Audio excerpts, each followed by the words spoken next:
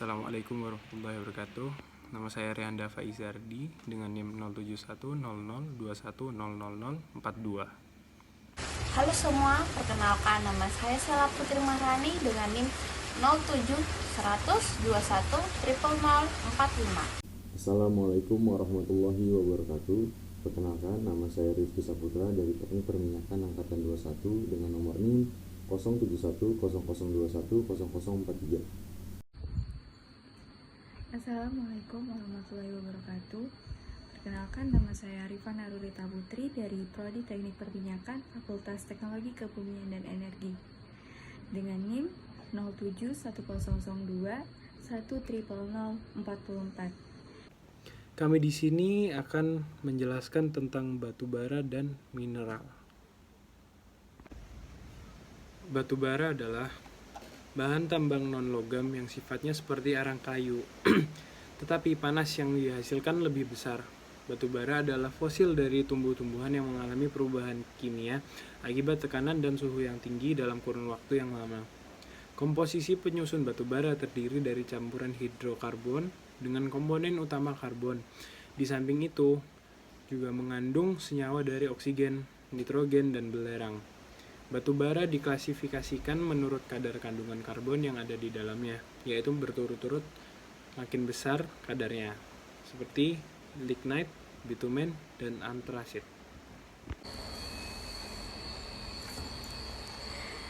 Nah, proses pembentukan batu bara. Ada dua teori yang menerangkan terjadinya batu bara, yaitu teori in situ. Batu bara terbentuk dari tumbuhan atau pohon yang berasal dari hutan di mana batu bara tersebut terbentuk. Nah, batu bara yang terbentuk sesuai dengan teori in situ biasanya terjadi di hutan basah dan berawa.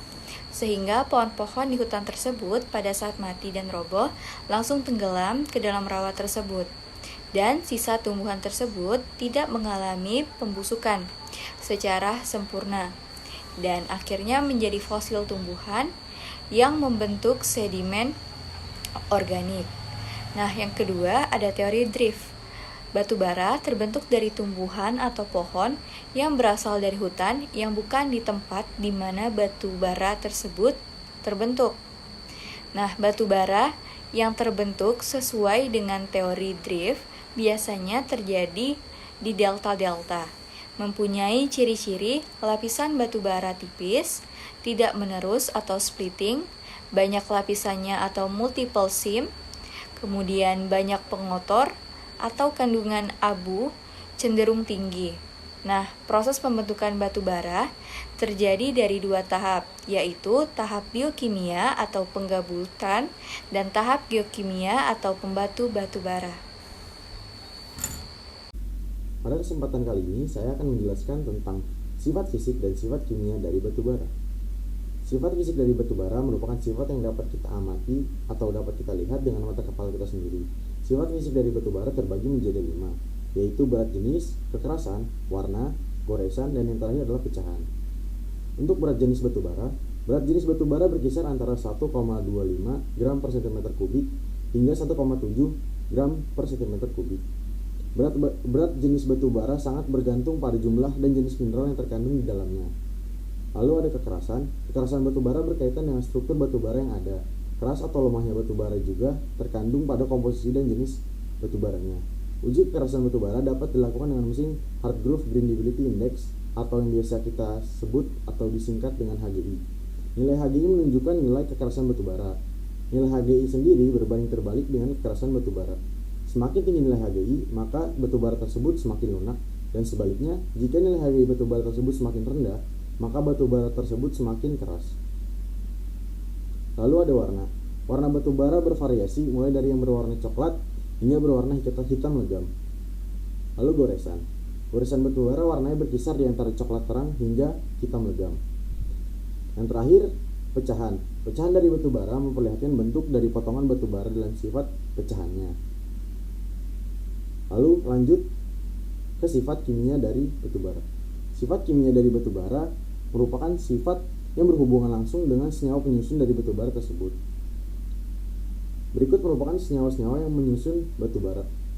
Yang pertama ialah karbon. Karbon merupakan unsur dari dalam suatu batu bara yang memiliki persentase paling banyak, yaitu sekitar 60% hingga 100%. Yang kedua ada hidrogen yang memiliki persentase dari 4,5% hingga 6%. Lalu ada oksigen yang memiliki kadar persentase 1% hingga 20%. Lalu yang keempat ada nitrogen yang memiliki kadar persentase 0,55 hingga 3%. Dan yang terakhir sulfur yang biasanya terkandung di dalam batu bara tidak lebih dari 4%. Jenis batu bara. Yang pertama gambut. Gambut yaitu berpori dan memiliki kadar air di atas 75% serta nilai kalori paling rendah. Yang kedua lignite. Lignite merupakan batu bara yang sangat lunak, mengandung air 35-75% dari beratnya. Yang ketiga subbituminous, mengandung sedikit karbon dan banyak air, ciri-cirinya berwarna coklat gelap cenderung hitam. Yang keempat bituminous, mengandung 68-80% unsur karbon C dan berkadar air 8-10% dari beratnya.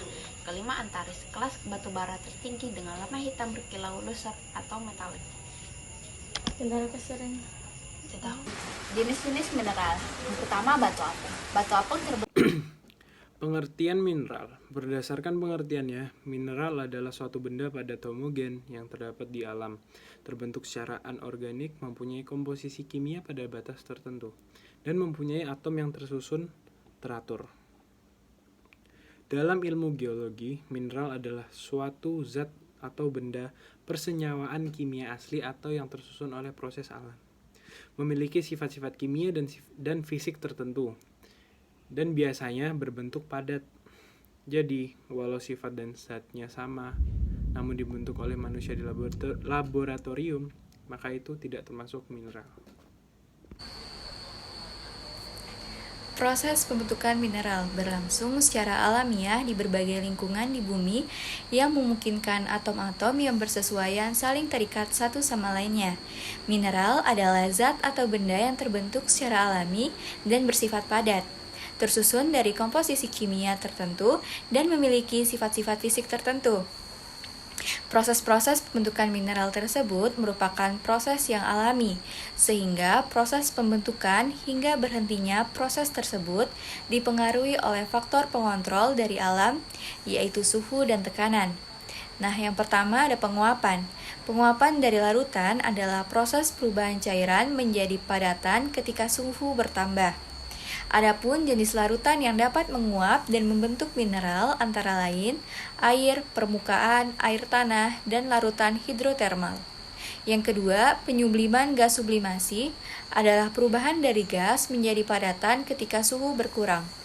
Yang ketiga, ada kristalisasi. Kristalisasi adalah perubahan bentuk dari cairan menjadi padatan saat temperatur menurun. Kristalisasi terjadi pada aliran lava di permukaan yang membentuk mineral vulkanik atau pada magma di bawah permukaan yang membentuk mineral plutonik. Kemudian yang keempat, pertumbuhan fase padat yang merupakan tumbuhnya kristal-kristal mineral baru sebagai pengganti mineral yang telah ada sebelumnya.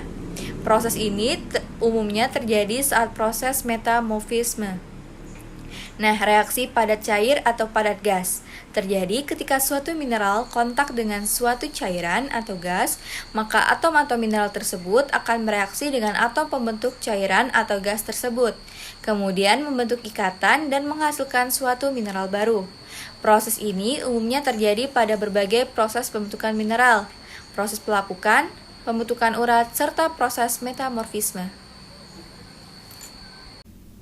Sifat fisik mineral. Sifat fisik mineral terbagi menjadi 8, yaitu bentuk, pecahan, kilap, kekerasan, berat jenis, warna, cerat atau goresan, dan belahan. Bentuk mineral. Bentuk mineral sendiri sangatlah banyak dan bervariatif. Di antaranya bangun kubus, bangun balok, bangun heksagonal. Contoh dari bangun kubus ialah seperti galena dan pirit. Untuk contoh dari bangun balok seperti wulfenit dan juga apopilit.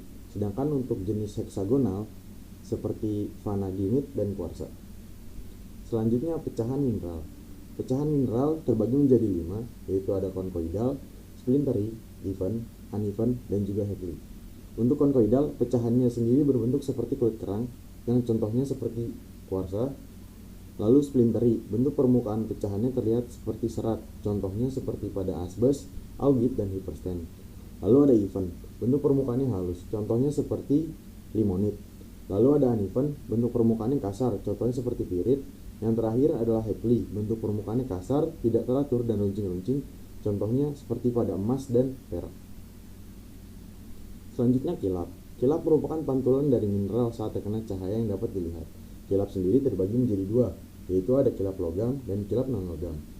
Kilap logam sendiri contohnya itu ada pada emas, pirit, kalkaupirit, dan galena. Untuk contoh dari kilap non-logam seperti kilap kaca, kilap intan, kilap sutra, kilap mutiara, kilap lemak, dan kilap tanah. Selanjutnya kekerasan. Dalam mineral, kekerasan merupakan ketahanan mineral tersebut terhadap goresan.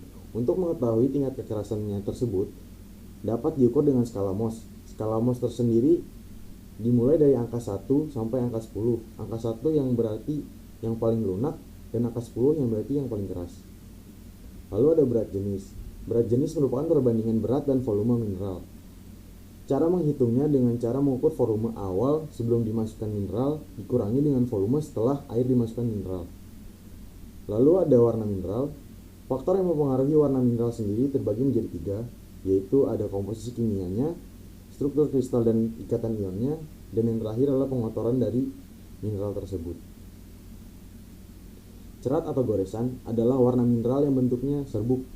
Cerat sendiri bisa menghasilkan warna yang sama dengan warna mineralnya. Ada juga cerat yang memiliki goresan berbeda dengan warna asli dari mineralnya.